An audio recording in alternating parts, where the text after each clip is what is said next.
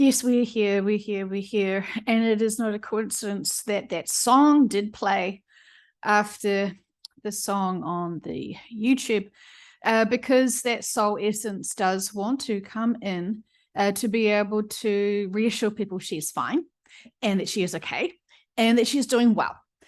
So we will let her speak because she is pretty excited about being able to share her heartfelt emotions. And the vehicle can already feel the emotions, a lot of emotions about the lifetime she had as Amy. And so we will step aside and allow Amy's energy essence to come through. She says that she has another name she goes by now, but she will respect and honor the life she had as Amy, because that was an important one for her to be of service. So we will shift. Thank you so much for allowing me to come in. This is grand. Thank you, thank you, thank you. And I do appreciate it, because my message is still the same as what I had been trying to share people, to show people as my life as Amy, which was, don't let love kill you. Oh, it's so beautiful and so painful at the same time, isn't it? It is just so beautiful, the falling in love and being obsessed, but being almost too obsessed. And if there is an obsession upon obsession of love, that is that is what my soul was doing. And we have had many lifetimes experiences together, and not just on earth, where we find each other and fall in love, and we are soulmates, we are beautiful companions, and we love being able to find each other and fall in love again and again and again and again and again. And we are addicted to love, but we are also addicted to emotions and other experiences. And so this was our experience to have to fall in love. And I needed to be showing people through even my life exit point is that when you love other beings beyond yourself, you can neglect yourself. And even if you have talent and even fame and wealth, if you do not respect, and if you do neglect the body, this will you will have to pay the price of that. And I did was to teach the youth and people who were following me, who could feel my love, feel my soul through my songs, to see that how I was behaving and what I was doing with my body was not the right way. And I needed to have early exit points to be able to snap you awake, to notice that my lifestyle choices were not empowering my way of life truly, but it was all purposeful, it was all planned, and it was for teachable moments for you to realize that nourishing your body is significant, is important. It is. It is. And when you're striving so hard to impress the world with your music and your messages, I neglected myself, and you all could see it. My heart was broken, because I have had many other wonderful, beautiful relationships with that soul and other souls. We are not just exclusive. You don't need to be. We do not get judgmental or jealous. There's beautiful soul exchanges, and you can have many soulmates. And so we explored and journeyed and laughed and loved together so hard, so profound. And he reminded me of home. He reminded me of a higher version of myself that I am more used to and love. But I knew my life contract here was to awaken people to respecting the body. And it doesn't matter how wealthy you are or how famous or well-known you are. If you profoundly neglect the body, there will be consequences. And while mine was a life contract to show people this and teach people, to not let love of somebody else kill you. And I know that sounds so dramatic, and I did say to the vehicle, I will be dramatic when I come in, and I am toned down because she is feeling lots of my emotions as I am showing her my journey and my other journeys in falling in love. And so the message that I was trying to share through my soulful music and through my love of all, do not lose yourself in love, and do not blame love for your pain. Celebrate and be cherishful and respectful of love. Do not disrespect it. Do not take it for granted. You have to love it and nurture it and honor it and feed it and encourage it and inspire it. You cannot neglect love. And you certainly cannot blame love for heartbreak. And you certainly cannot not love yourself because of lack of love, because you have lack of love. Is not a thing. It is a perception that no longer serves you. You are profoundly capable of loving yourself. And I did not get that. I needed him to love me. And I had so much love from others around me, but it wasn't good enough for me because I was obsessed and focused on the love of my soulmate. And that addiction, and that heartbreak, and the lack of love that I was giving to myself physically was all compelling. You are capable of loving yourself deeply. But I know that when love has hurt us,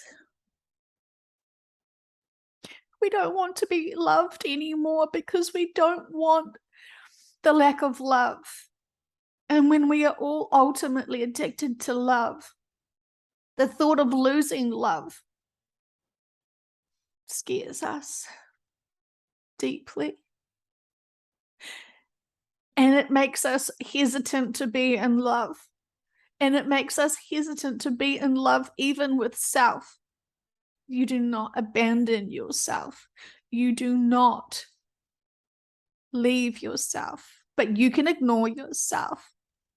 You can judge yourself. You can limit yourself. You can block yourself. You can do all sorts of things to self because you choose it. But love is pure. Do not be afraid of love. Love does not kill you. But your choices can. And this is a big one. It's your choices. Love is pure. Love is your goal. And you're also in pain because of the lack of love from source that you were so used to exploring and having such high frequency vibrations that in your other off-life planet experiences, the consideration of not having that love, not having that high frequency is so alien. You're the aliens on Earth who are so foreign to love. But it is the best you can do, and the pureness of the love when you meet your soulmates is significant and purposeful. And there are even people who have not wanted to have soulmate connections in this lifetime because it distracts them, because they are equally as addicted to love and they become so obsessed. And we can see that the dating culture is so addictive. No one wants to put in the effort into nurturing that relationship. They want the high vibes and the high excitement of the love and the catching and the chasing. But there seems to be this lack of respect and dedication to love when you have to keep nurturing it in a relationship. And so you want the quick highs of love, not the strength and stability and the growth and the foundations of a strong love relationship. It's not about the attractions, really. It's about the respect of neutral people who honor each other, love each other, accept each other, respect each other, cherish each other, honor each other, care for each other. And yet it seems consistent that this gets stale and old very quickly. And you're almost in this takeaway, so single serving relationships where you don't quite know how to manage and maintain it and keep the love alive. And so this is why many relationships struggle, because it's an ongoing thing. You have to keep growing and expanding on it. And if you stop and there is no growth, it can become stale. It's important to see each person on their individual journey and respect their journey. It's also important not to view them as if they can't grow, change, and evolve. And just because they liked certain things when you met them doesn't necessarily mean that they like that now. But we can see that many are blocking relationships blooming and flourishing because there is no allowance of growth and evolution in tastes. We could even say this about meals. We could say this about exercise and about the choices of music and movies. People are allowed to grow, but when you're not seeing them as they are today and you're holding the idea of when you first met them. And so consider that. Consider, do you still find them lovable and attractive even though they've grown older in front of your eyes? Or are you disappointed and frustrated that they don't look the same as they once did? This is significant for you to look at everything and why you're behaving and reacting in the ways you are. This is so significant for you to explore. And so I want to say, do not be bitter with love. Do not be resentful for love for hurting you, because it was your choices to hurt yourself through your lack of perspectives and consideration of what was going on. And when you give away your love to everyone else and you deplete yourself of love and nurture, then you're exhausted and you give up. I love my life and I was happy, but I had to have an exit point just as things were starting to look fantastic again for me and I was starting to see and learn and grow, but I couldn't continue on in that path because I needed to present the lessons to people to show them that exit points will happen to the young if you neglect the body and you have interesting choices of what you do with the body and with the mind and the heart. And so it was purposeful, it was significant, and it was to awaken many to being responsible for the body. And while people think that living a rock star life is fantastic, the drugs and the alcohol were not so fantastic for my soul, but it was life purpose. It was to set an example. It was contracts. And for those who got that message, to learn those experiences through my own journey, I appreciate and thank you, because it was tough love for you to be triggered into the shock of my death, but to be able to take a serious notice of what I had done to my body and how that ended up for me. And we could see too many following in my footsteps. We really needed you to notice, to realize that there was something wrong here. It was so purposeful. But when you see famous people doing certain things and getting away with it and still being rich and loved, you assume that that's acceptable and okay, and you forgave me. But if it was a family member who was doing the same things, you might not be so glamorous You may not glamorize your family members in the same way. And so it was setting an example to many about not looking after the body. And I am doing well. I am doing well. I love all of the love, but I just did not notice how much it was making me become obsessed with the lack of love. And it is incredible how we misuse, and even abuse what we think is love. And I loved my life, even the painful parts, because it was so rich in expression and emotion, and the full range of the emotions to get fully carried away and be so dramatic, and the way we feel and the way we think. And it is so rich with experiences, and we take it so seriously, and we fully commit to the love, to the grief, to the heartbreak, to the jealousy, to the rage, to the everything. And it is so heightened and highlights all the range of emotions when you do it dramatically. And I loved every moment of it, even the hard ones where I felt like my life was being ripped away from me and my heart was being broken into 1,000 pieces. It is so significant what I went through. And I needed it. We both needed it to be public, for everyone to notice the heart, the range of love, and to also respect that when people are in prison, you can still love them. They're still very lovable, and they're still very significant and important.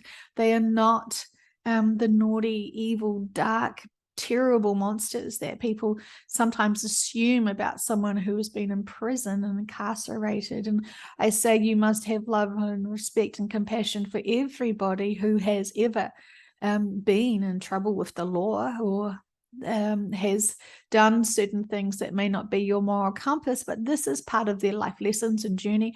And we mustn't be able to use our assumptions to assume that they are naughty. There is no there is no good or bad. It is all experiences, and many people can learn from each other if they could just stop reacting and judging and noticing how it works out for others. And this will be a great example. But so many people have to experience it themselves and do the same mistakes, shall I say, to be able to realize, yeah, that didn't work out for them, and it certainly didn't work out for me. But it's all perspectives, and this is an important thing for everyone to be reminded of. We are on our own independent journey, and we are trying to find our way back to love. And in between that, we must feel at some points the absolute lack of love from others and from ourselves, even though we could be completely surrounded with everyone who loves us. We have to feel the duality, the differences between the lack of love, to then be celebrating and enjoy and hopefully respect more the next time we feel that love, because that's all part of the game. When you have lack of something and then you finally get it, do you respect it and honor it and nurture it and grow it? Or do you just think, well, what do I do with it now that I've got it? I wanted it and now I've got it, but what do I do with it? And so this is why we say be careful of what you're wishing for and seeking and longing, because often you're distracting yourselves with things that you shouldn't really be trying to maintain or obtain. And once you get it, what do you do with it? We say there's many things that you want and there's many things that you need, and we know the difference. And so regardless of how long you spend trying to manifest something that you want, we will provide you all that you need. There is a big difference. And so many people are so obsessed and focused on receiving abundance of wild financial assistance.